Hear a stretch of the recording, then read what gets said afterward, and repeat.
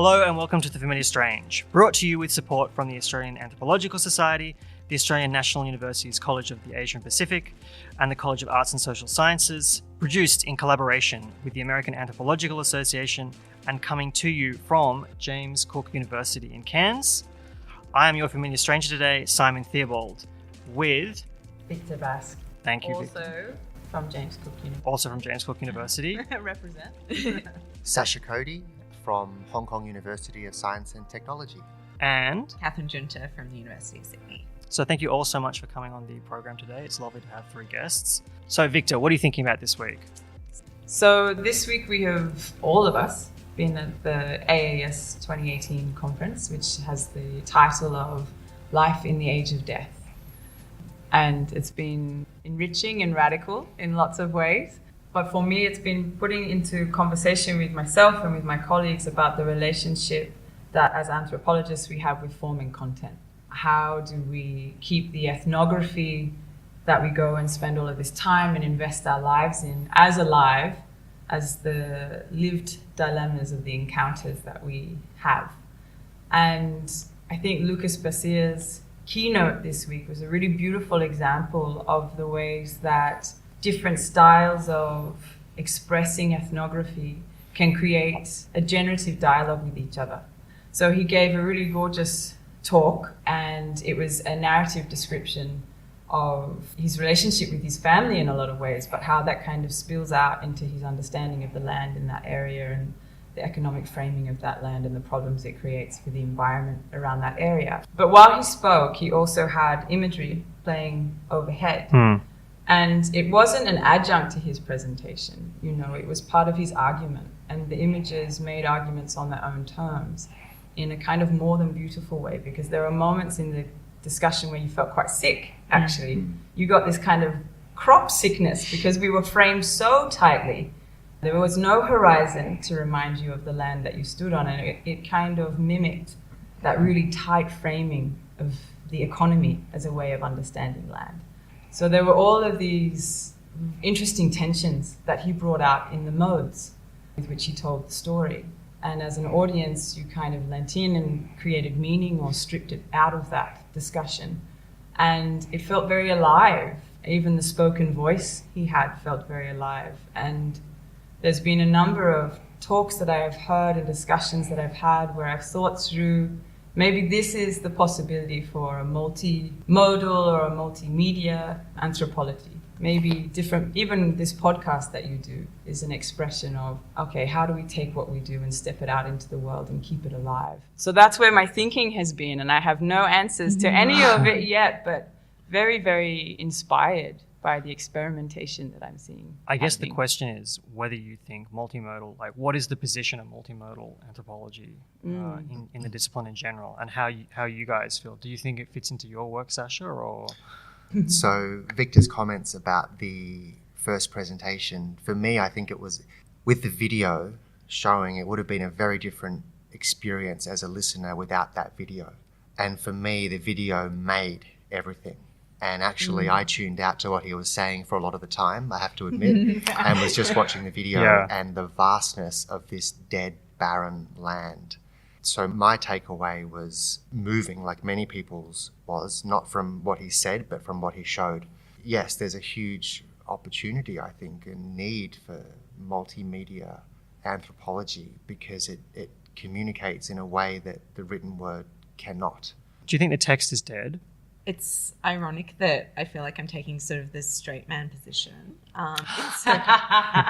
It's funny because I do queer anthropology, but I feel like I would love to be able to say yes. But I think that, and this is something that I've been thinking in parallel with what Victor has been saying at this conference, there's all these exciting potentials, but I also have deadlines and my scholarship deadline bearing down on me and the prospect of unstable employment in my future. And I feel like there is this sort of strange position that PhD students, early career academics are in, where we are trying to advance the discipline and think creatively and productively in new ways while also trying to put food on our tables. I would love to be in a world where I could do that without the 15-minute conference paper, and I'm not sure really how to get to that place. I hope the text is not dead and that the conference paper is not dead. But what I would love to see, which is what we explored in our experimental lab, was understanding the kinds of knowings that are contained in different ways of expression, different ways of being. So moving away from hierarchies of text and image and sound and object, but trying to work out the generative dialogue that these can put themselves in with one another. And then what does that create? Text does one thing and it's beautiful and it's really wonderful, but it's just as limited as what images do. Spoken word does. They have their roofs to them. They hit these limits and they have an excess as well. So how can we create a playful, a serious silliness amongst these kinds of modes that help us to understand the knowledges contained within each of them? That was a really beautiful and articulate endpoint. So, Sacha, what are you thinking about this week? I'm thinking a lot about China. So for the past 20 years, I've been professionally and personally involved with China. And as we all know, China now in the world is more assertive than any time in our lives. And so I'm thinking about, what does this mean for me as an anthropologist? I'm constantly questioning myself, how can I make the scholarship that I do, the research that I do, relevant and important to the discussion about China in a context where everyone talks about China as a threat, where everyone conflates China as everybody in China, where everybody in China is like a yellow peril out to destroy the world and eat up our resources, infiltrate our governments, steal our technology. So I'm always thinking, what's my role in this personally and professionally? And it's very difficult, I have to say, because it's hard to know, one, what questions to ask, and two, how to do meaningful, helpful, relevant scholarship without, on the one hand, contributing to this blatant one-sided debate, but on the other hand, not being an apologist for China, because there are clearly problems.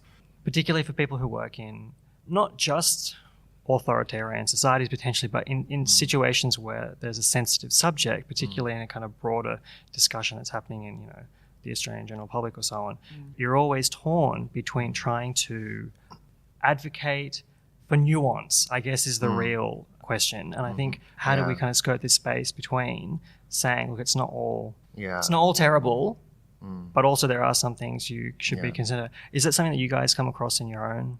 Yeah, I think for me, I'm just thinking as you're talking through the lens with which my work is happening, So I work with transgender artists and activists in southern India. And it sounds like a very neat sentence for what is ultimately a very layered and very plural place.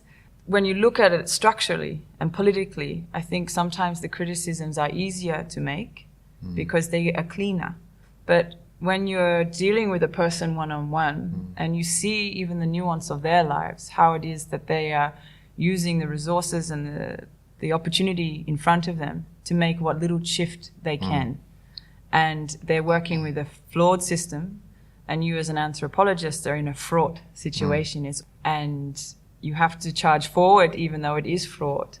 This resonates so strongly with where I'm at in my work, which is in queer community in Sydney, because when you're inside of it and you are so closely examining it, you have critiques. You see the problems, or you see things that could be framed in ways that we want to shift or change. But then when you're presenting it to an audience that isn't inside of it, and when you're working with a marginalized group or a group that does have hate directed towards it, you do really run that risk of fueling that.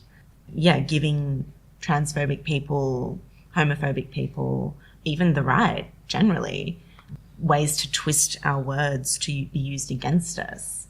But at the same time, the people that I work with, I think, would broadly agree with me that it is imperative to continue to work to make our communities stronger. And sometimes that is through critique. As anthropologists, like you say, Sacha, we deal in nuance. My supervisor tells me to write with love.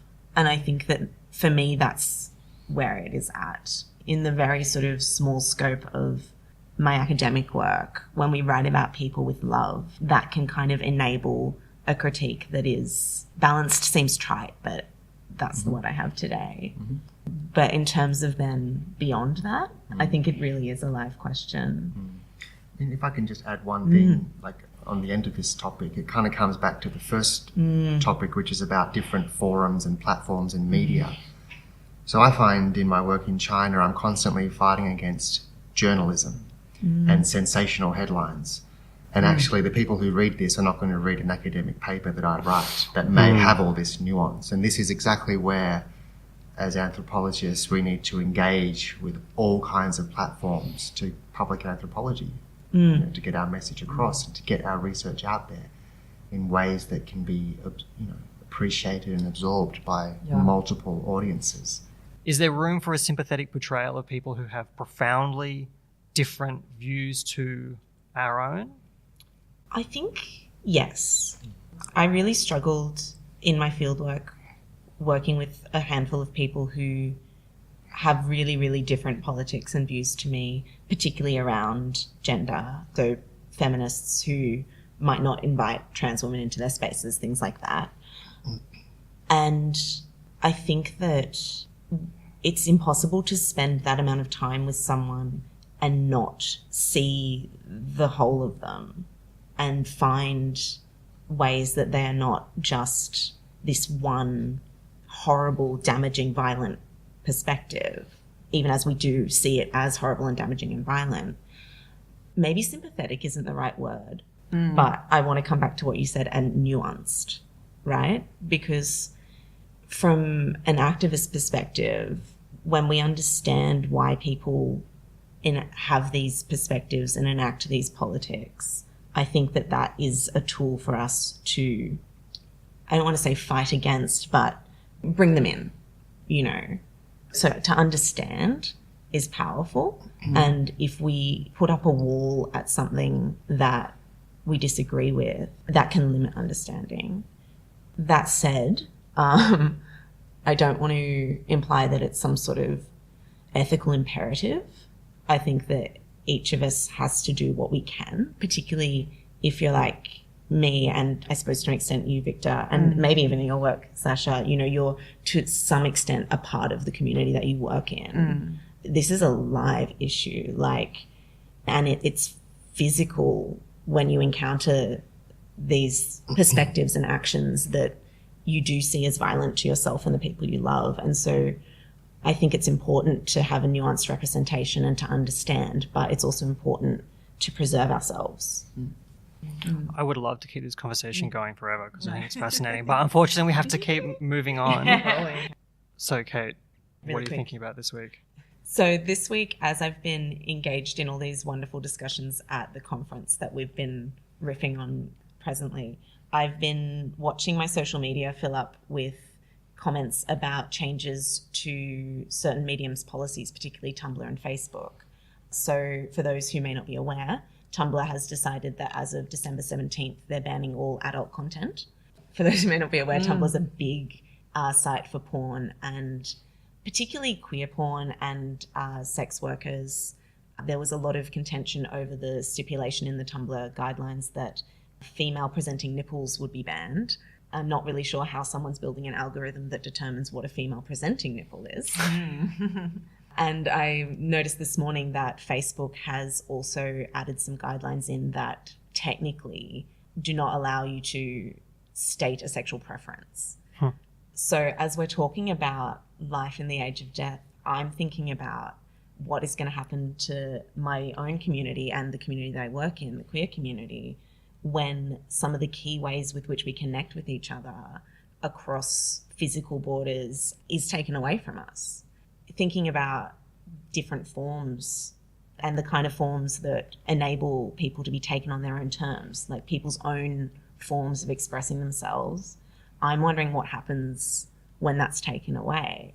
One of the big things that I want to say with my work or talk about with my work is the absolute joy and empowerment that the femmes that I worked with receive through their friendships with other femmes.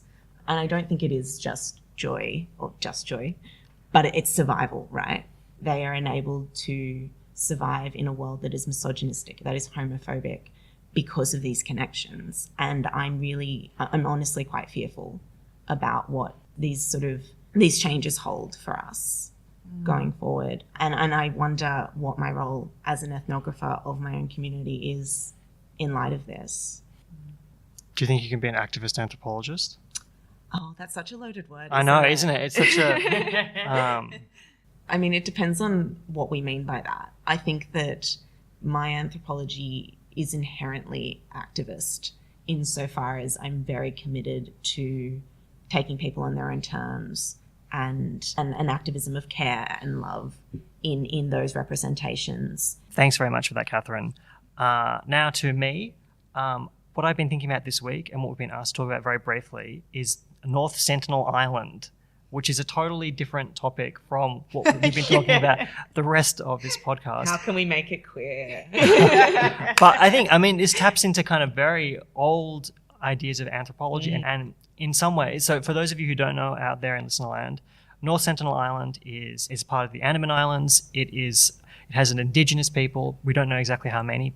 They think maybe 300 people who have lived there for approximately potentially 40,000, 60,000 years, largely unperturbed by outsiders until relatively recently. And just, I think, 2 weeks ago, an American missionary arrived trying to convince the tribe to convert to Christianity. And after about 2 or 3 days, he was speared or bow and arrowed to death. And there has been some debate about whether we think that counts as a murder, whether it counts as legitimate self-defense, whether the body should be retrieved, and whether these people should just be left alone. But to put on your sort of anthropological helmets in a very traditional way, what do you think anthropology's response to the events on North Sentinel Island should be? Oh, he packs a punch with a That's a question big like one, that. isn't it? I'm gonna- You first, Viktor.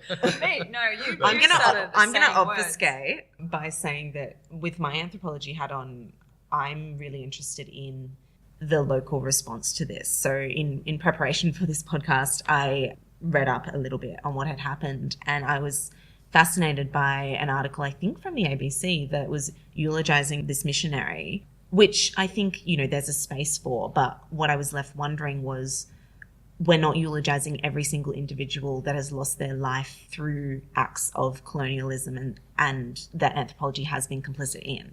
And I think that it really speaks to the way that we value life in this community. So as an anthropologist at home, that is my sort of question. Viktor? I think, of course, it's devastating for his family and his friends and his extended network of people.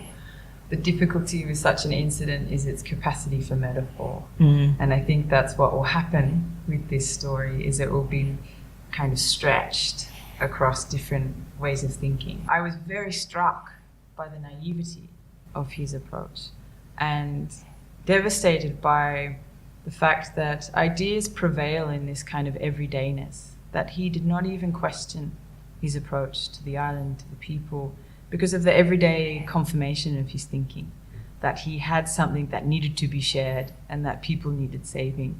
And you see it a lot in my own work, the everyday practices that reinforce certain concepts.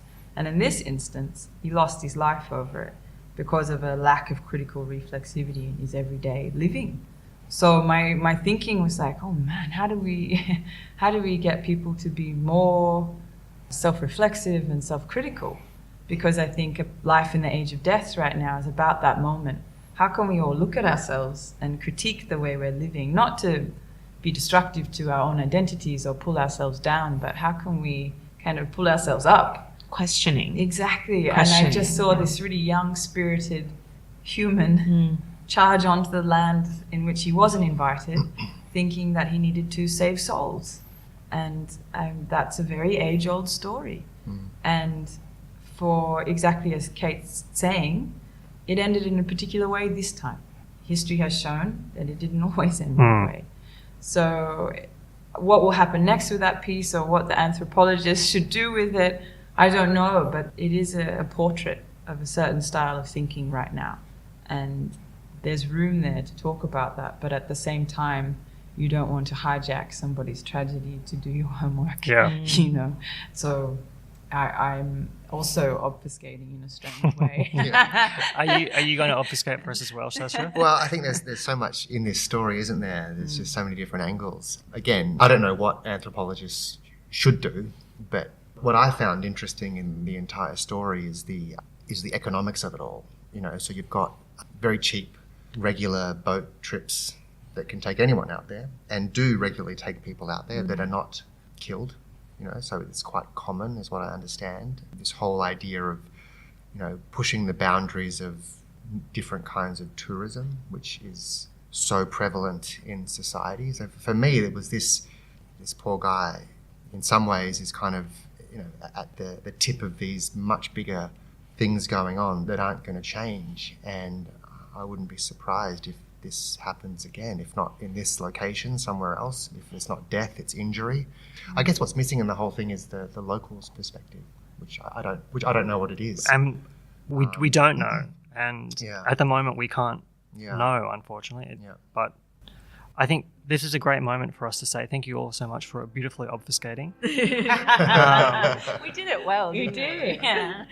I'd just like to thank you, Viktor, for coming on the show. Thank you. It's been so wonderful to just riff with you guys. Yeah. It's been really nice. Thank you, Sacha.